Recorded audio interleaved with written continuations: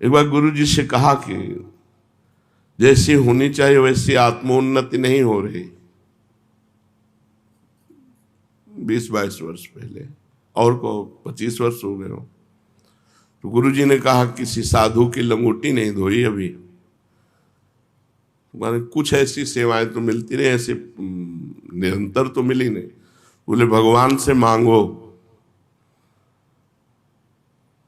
मन में आया कि हमारे भगवान तो आप ही हो, आप ही विधान कर दो। 2 ही 4 दिन में विधान बन गया श्रीधर बाबा की सेवा का, जो कालीदह में श्रीधर बाबा वयोवृद्ध थे। बस सेवा से और सुमिरन से अंतःकरण बहुत जल्दी शुद्ध होता है। अगर सेवा सुमिरन दोनों जिसको सही ढंग से न मिल पा रहे हो तो वृंदावन की रज लगाओ पूरे शरीर में, बहुत जल्दी शुद्ध हो जाएगा अंतःकरण। वृंदावन की रज का सेवन करो, पूरे शरीर में पाउडर की तरह लपेटो। बार बार कहते मान लो, इस शरीर से प्यार मत करो, शरीर तुम नहीं हो। शरीर का वास्तविक प्यार यही होगा कि रज इसमें लगी रहे। स्नान के बाद शरीर हल्का गीला रहता है और जब रज लगाओ तो पूरे शरीर में रज लग जाती है। रोज लगाते हो, रज लगी है और शरीर छूट जाएगा तो श्री जी की प्राप्ति हो जाएगी। ये पूज्य राधा बाबा ने अपनी वाणी में लिखा कि यदि वृंदावन की रज शरीर में लगी हुई है और शरीर छूट जाए तो भगवत प्राप्ति हो जाएगी। यार नाम सुमिरन नहीं बन रहा, किसी की सेवा नहीं कर पाए तो इतना तो कि खूब रज लपेटे और गीली करके तिलक रूप में ऐसे लगा लो और सूखी पूरे शरीर में लगा लो। अगर संत सेवा का क्या स्वरूप है, संत सेवा को तो उसी को गुरु सेवा मान लेते हैं। गुरु सेवा संत सेवा एक ही, कि उसका स्वरूप क्या है तो बोले उनकी आज्ञा के अनुसार चलना, उनके आदेश उपदेशों का पालन करना। इसी से अहंकार नष्ट हो जाएगा। संतों की सेवा मतलब अहोभाग्य है जो गुरुजनों की शरीर सेवा में है। जैसे हमारे गुरु जी की सेवा में जो है ना, वो जब सामने से निकलते हैं तो हम उनके चरणों को देखकर बार बार प्रणाम करते हैं। शुरू से भाव रहा है कि जो गुरुजनों की सेवा में है वो हमारे लिए सर्वश्रेष्ठ है। हम उनकी बराबरी आज्ञा पालन करके भी नहीं कर सकते। देखो भाव का विषय है। शास्त्र आज्ञा करता है कि गुरु और संत की आज्ञा का पालन करना ही सबसे बड़ी सेवा है। लेकिन जो गुरु जी की लंगोटी धो रहे हैं, जो गुरु जी को स्नान करा रहे हैं, जो गुरु जी के जूठे पात्र मार्जन कर रहे हैं, जो गुरु जी को बना के पवा रहे हैं, और हम यहाँ माला चला करके, तो हमारा सर उनके आगे झुका रहेगा।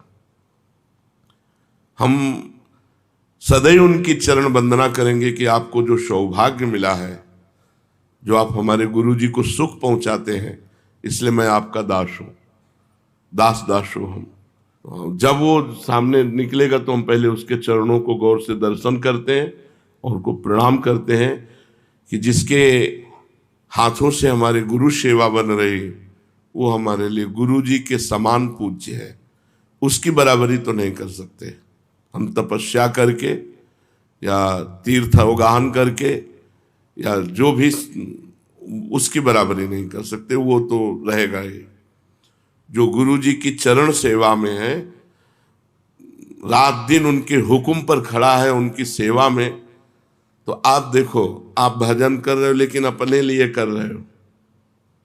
हमारी बात को समझना। गुरु आज्ञा का पालन कर रहे हो लेकिन अपने लिए।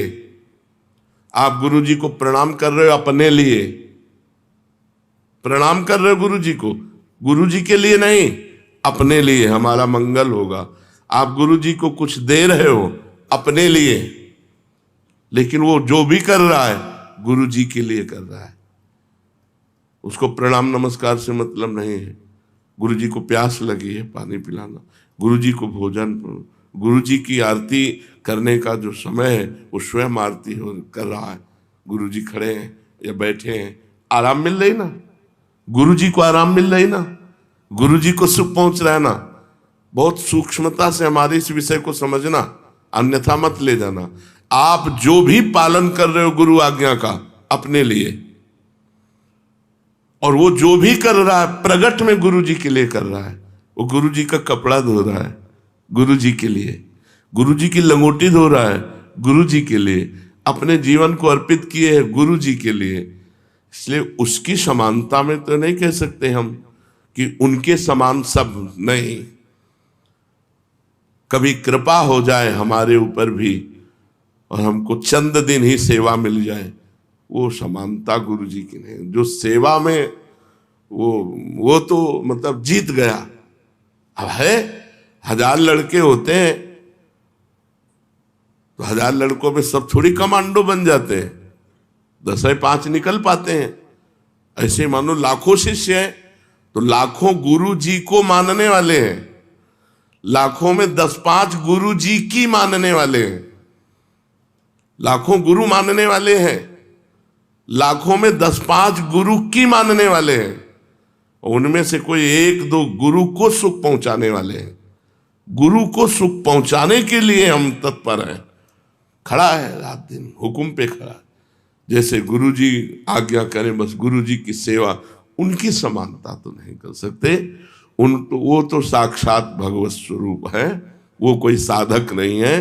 वो पूर्व जन्म में साधना से सिद्ध हुए तो साक्षात परब्रह्म स्वरूप गुरुदेव की परिचर्या में लगे हैं। उनकी बराबरी कैसे हो सकती है? सोचो, हम गुरु जी की आज्ञा का पालन कर रहे हैं लेकिन हम गुरु जी की थाल का जूठन तो नहीं पा रहे ना। पाने के बाद सरका दिया और पूरा धो के वो पी रहा है, उसकी बराबरी हम कर पाएंगे? गुरु जी को छू नहीं सकते और रोज कपड़ा लंगोटी सब धो के फैला के कैसे उसकी समानता कर सकते हैं? हम चाहे जितना तप करें, चाहे जितना जप करें, उसकी बराबरी थोड़ी कर सकते हैं। और इसके बाद डांट लगाया गुरु जी ने, हे ऐसे से नहीं ऐसे। जी महाराज, उसकी समानता कैसे कर सकते हैं? हाँ, लाभ हम गुरु सेवा का ले सकते हैं उनकी आज्ञा का पालन करके, लेकिन समानता नहीं कर सकते। उनकी समानता हम नहीं कर सकते।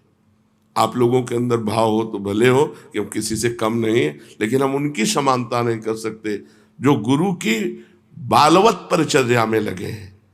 धन्य है वो साधक, धन्य है वो संत जो अपने गुरुदेव को स्नान कराते हैं, गुरुदेव का चरणामृत पीते हैं, गुरुदेव को भोग पवाते हैं बना के, गुरुदेव के वस्त्र धोते हैं। गुरुदेव की परिचर्या हम उनकी समानता नहीं कर सकते। और हम ये जरूर कह सकते हैं कि भगवान उनके अधीन हो जाएंगे। जिन्होंने गुरुदेव को ऐसे रिझा लिया, भगवान उनके अधीन हो जाएंगे। भगवान, जब हमारा हृदय, जैसे इस समय बात कर रहा हूं तो हृदय एकदम द्रवित हो रहा है उनके प्रति, गुरु जी को पानी पिला दे। एक विचार करो, गुरु जी को उठा के बैठा दे, गुरु जी की चरण सेवा कर दे, ये सौभाग्य कैसे मिल सकता है? जिनका हम उच्छिष्ट कभी प्राप्त कर ले तो फूले नहीं समाते, वो तीनों टाइम उनका पार में बचा हुआ, हम कैसे समानता उनकी कर सकते हैं? जो ऐसे आंख उठा के देखना सौभाग्य प्रतीत होता है, वो आंख निकाल करके उनको डांट रहे, ये सौभाग्य? तो ये किसी पूर्व जन्म का भारी तप एकत्रित हुआ और किसी संत और गुरुजनों के अनुशासन में, उनकी परिचर्या में, निकुंज जेब में रखा हुआ है।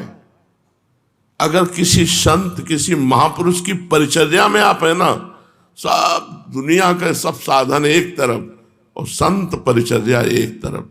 किसी को संत परिचर्या मिल जाए तो कभी ये मत छोड़ना कि मुझे भजन करना है, इससे बड़ा कोई साधन नहीं, भगवान इसके अधीन हो जाते हैं।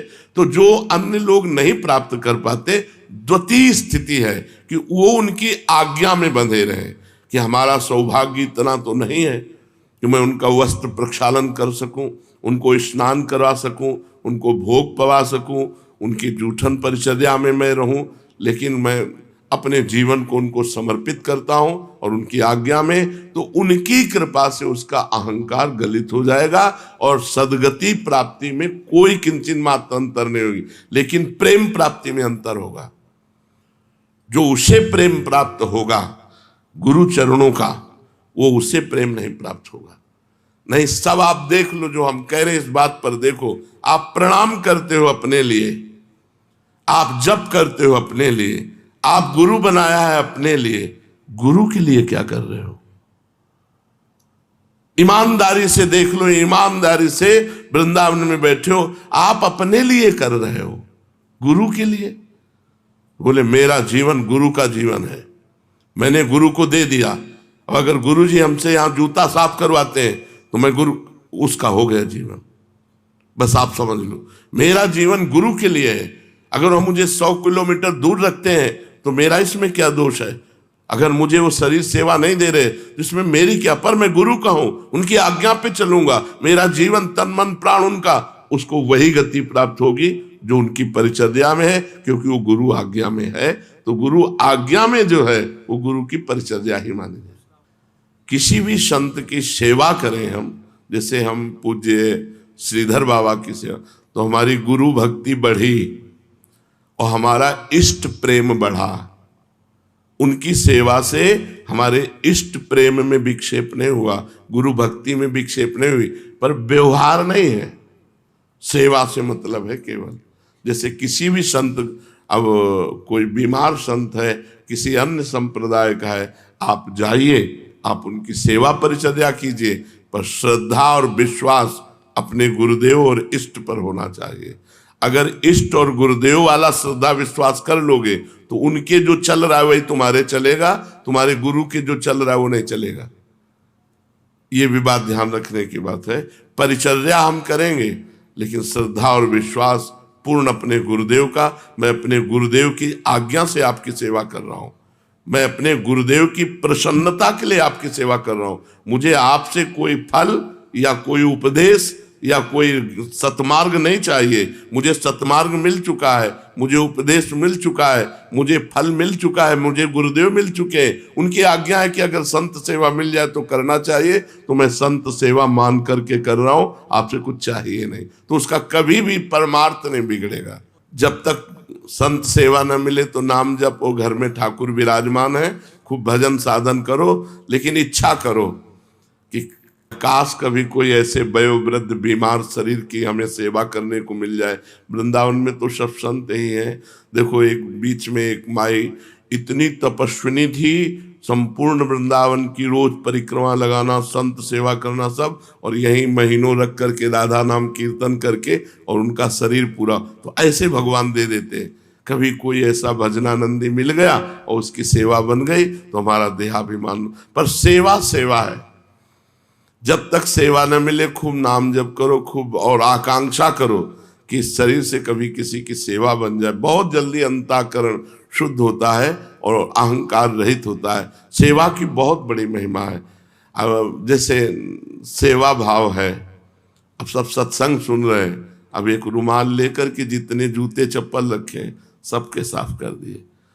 देखा सत्संग होके गए, गली में सोहनी लगा दी। ये सेवा नहीं, सब संतों की सेवा बन गई।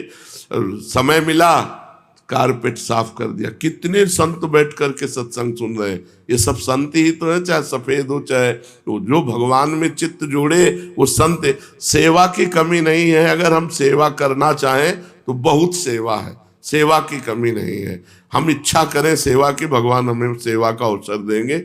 और खास बात, सब संतों के संत हैं भगवान, तो हमने कहा है चाहे राधा नाम सेवा रख लो और चाहे जुगल सेवा रख लो, तो वो भी सेवा तो है। जितना भगवान नाम जप करोगे उतने अधिक होगा, और जितना दूसरों की सेवा करोगे उतना अधिक होगा। दो बातें बताइए, सेवा और नाम जप। अंतःकरण को शुद्ध करने के लिए सेवा अत्यंत अनिवार्य है। चाहे पशु पक्षी मनुष्य साधु महात्मा किसी की भी हो, सेवा जरूर करनी चाहिए, सेवा होनी चाहिए। इसमें जो गौरव है, बड़प्पन है, अपने में श्रेष्ठता है, ये गुरुजनों की सेवा से नष्ट हो जाता है। जब बड़े महापुरुषों की सेवा मिलती है, भगवत प्राप्त संतों की सेवा मिलती है, तो अहंकार नष्ट हो जाता है। सेवक साधक में कभी अहंकार नहीं होता। मैं इतनी सेवा करता हूं, मैं इतना जप करता हूं, मैं इतना, उसमें सब नहीं होता। वो तो देखता है हम तो यंत्र की तरह चल रहे हैं, गुरुजी हमें चला रहे हैं, जैसे वैसे चल रहे हैं। तो गुरुजनों की सेवा, महापुरुषों की सेवा, सम्मान का त्याग, बड़प्पन का त्याग, गौरवपन का त्याग, इसी से अहंकार क्षीण हो जाता है।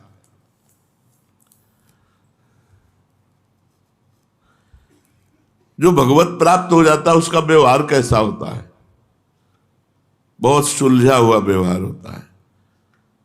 वो शास्त्र दृष्टि से व्यवहार करता है। पिता को पिता की तरह, माता को माता की तरह, पति को पति की तरह, पत्नी को पत्नी की तरह व्यवहार करेगा, पर शास्त्र दृष्टि के अनुसार। जो सिद्ध पुरुष होगा, पिता के साथ कैसा व्यवहार करना चाहिए शास्त्र कहता है, पत्नी के साथ कैसा व्यवहार करना चाहिए शास्त्र कहता है। जो शास्त्र कहता है उसके अनुसार व्यवहार होगा, मनमानी आचरण नहीं रह जाएगा। जीवन मुक्त पुरुष के द्वारा कर्म होते हैं या नहीं? जीवन मुक्त पुरुष के द्वारा कर्म नहीं होते। कारण कि उसको ज्ञान हो जाता है कि कर्म कर्मेंद्रियों से होते, प्रेरणा ज्ञानेंद्रियों से हो रही है, और ज्ञानेंद्रिय को मन चला रहा है और मन को बुद्धि चला रही है, और उसका मैं साक्षी हूं, इसलिए मेरे द्वारा कुछ नहीं हो रहा है। कोई कर्म बंधन नहीं सिद्ध महापुरुष का। ये काम क्रोध अंतःकरण में रहते हैं, तो जो जीवन मुक्त पुरुष हो गए उनके भी काम क्रोध रहते हैं। अंतःकरण में ही काम क्रोध का आवेश होता है। तो जो जीवन मुक्त हो गया, जो भगवत प्राप्त हो गया, क्या उसमें काम क्रोध होते हैं? जीवन मुक्त भगवत प्राप्त पुरुष के अंतःकरण में काम क्रोध आदि की तो बात जाने दो, छोटा सा भी कोई दोष नहीं रह जाता। निर्दोष ब्रह्म को निर्दोष ही प्राप्त होता है। परमात्मा की प्राप्ति के पूर्व ही उनके अंतःकरण की ऐसी शुद्धि हो जाती है कि उसमें किंचन मात्र कोई भी दोष नहीं रहते, कोई भी दोष नहीं रहते। जैसे सूर्योदय होने के पहले ही अंधकार नष्ट हो जाता है, ऐसे भगवत प्राप्ति के पूर्व ही वो निर्दोष हो जाता है, उसमें कोई दोष नहीं रहता। तो सिद्ध महापुरुष में काम क्रोधादि दोष नहीं रहते। जो अपने को काम क्रोधादि दोषों में लिप्त मान रहे हैं और सिद्ध भी मान रहे हैं, वो दंभ कर रहे हैं, पाखंड कर रहे हैं। काम क्रोध लोभ आदि मन बुद्धि के स्वभाव हैं या विकार है? अगर स्वभाव होता तो कभी नहीं छूटता। स्वभाव नहीं है, विकार है। काम क्रोध लोभ आदि ये स्वभाव में नहीं है, ये अंतःकरण में विकार में है।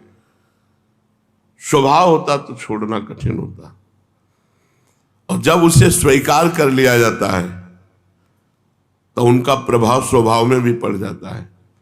जैसे ये बहुत कामी स्वभाव का आदमी है, ये बहुत क्रोधी स्वभाव का आदमी है, ये बहुत लोभी स्वभाव का आदमी, उसका स्वभाव पर प्रभाव पड़ता है, लेकिन वो स्वभाव होता नहीं है।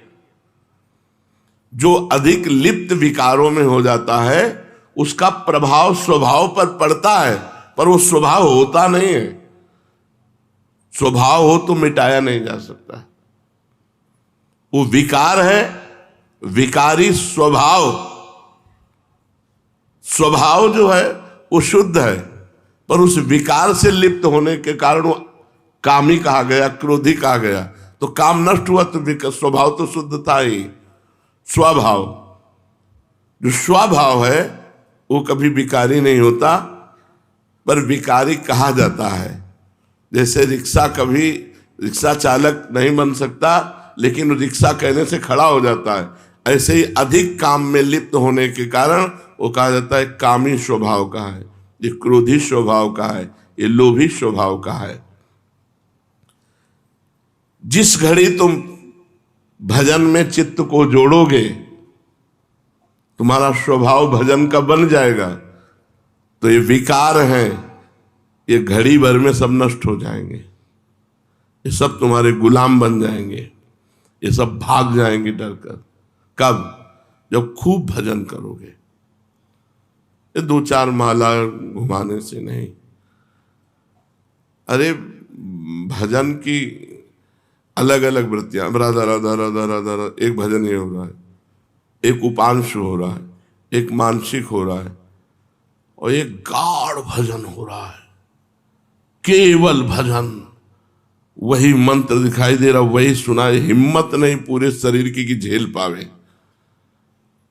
थोड़ी देर में इतनी ऊर्जा पैदा होती कि शरीर विलक्षण होने लगता है, शरीर विलक्षण होने लगता है। मतलब खुद समझ में नहीं आता कैसे कंट्रोल करें ऐसी महान ऊर्जा शक्ति।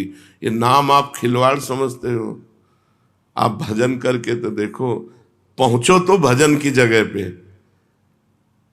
नाम जब जैसे राधा राधा कर रहे, फिर उपांशु, फिर मानसिक, ये भजन का अभ्यास है।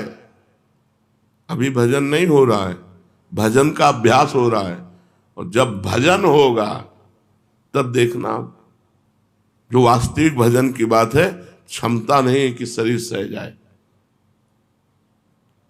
हर नस नाड़ी, मतलब एक अलौकिक ऊर्जा प्रकट होती जब से, भजन से एक अलौकिक ऊर्जा। आप लगे रहो। अभी ऐसा मत मानो आप भजनानंदी बन गए, माला घूम, जब माला और काउंटर ये सब धर जाए, हाय हाय मच जाए अंदर से। मतलब एक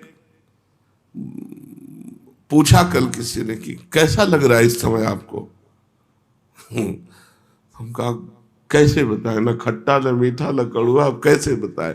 अब हम कहें कि आनंद आ रहा है कि क्या कहें, हम कुछ कह ही नहीं सकते कि कैसा लग रहा है, बस हो रहा है। भजन जब ऐसे होने लगता है तो स्वभाव बन जाता है भजन का, सारे विकार अपने आप नष्ट हो जाते हैं। लगे रहो, बस हम ये कह रहे हैं, लगे रहो। तेरी बनत बनत बन जाए रे, हरि सो लगा रहो भाई रे, तेरी बनत बनत बन जाए रे। हरि से लगा रहो भाई रे, तेरी बनत बनत बन जाए। तेरा राम जी करेंगे बेड़ा पार, उदासी मन काहे को करे। लहर लहर हरि आप संभाले, हरि आप ही उतारे तेरा भार, उदासी मन। ये लहर लहर करके वही समुद्र में पहुंच जाएंगे। समुद्र की लहरों का एक स्वभाव होता है, वो दिखाई देती है उछलती हुई बाहर के लिए, लेकिन वो घसीटती अंदर के लिए। उसका दो स्वरूप होता है। ऐसी उछाल तो लगता है कि ये बाहर फेंक देगी, लेकिन वो उसकी फंस में आ जाओ तो घसीट ले जाएगी अंदर। ऐसे ही भजन की लहर है, मन बाहर भागता है, विषयों की तरफ भागता है, लेकिन जितना भागेगा उतने घसीट जाएगा। भजन न छोड़ो, बस भजन में लगे रहो, ऊबो मत। मंगल ही मंगल है, आगे चलकर जब भजन होगा। अभी भजनानंदी नहीं हो, अभी भजन मत मानो, क्योंकि हम बताते हैं भजन की एक स्थिति होती है। मतलब कैसे वर्णन करें, कोई शब्द ही नहीं हमें कि हम वर्णन करें। जैसे मशीन रख दी गई हो ना खोपड़ी में, वो एक मतलब अजीब स्थिति है। जैसे हम वर्णन कर रहे हैं तो उसका आभास केवल हो रहा है उस समय का, वो स्थिति नहीं है। उस स्थिति में वर्णन नहीं कर सकते, केवल बस ऐसे बैठे, बस ऐसे हो रहा है, तो चल रहा है। मतलब उसमें कोई जप नहीं कि हम जप कर रहे हैं, एक अलौकिक स्थिति। भजन करते करते करते तभी कहा गया कि महापुरुष जन जो 5 मिनट में कर लेंगे, वो तुम 24 घंटे में नहीं कर पाओगे। 5 मिनट में, एक क्षण में उनका जो चिंतन बना, वो वहीं पहुंचना है। ये विकार हैं, ये नष्ट हो जाएंगे, ये स्वभाव नहीं है। विकारों का अत्यधिक प्रभाव होने के कारण हम लांछन स्वभाव पर लगा देते हैं कि कामी स्वभाव का, ये क्रोधी स्वभाव, उसका स्वभाव नहीं कामी है।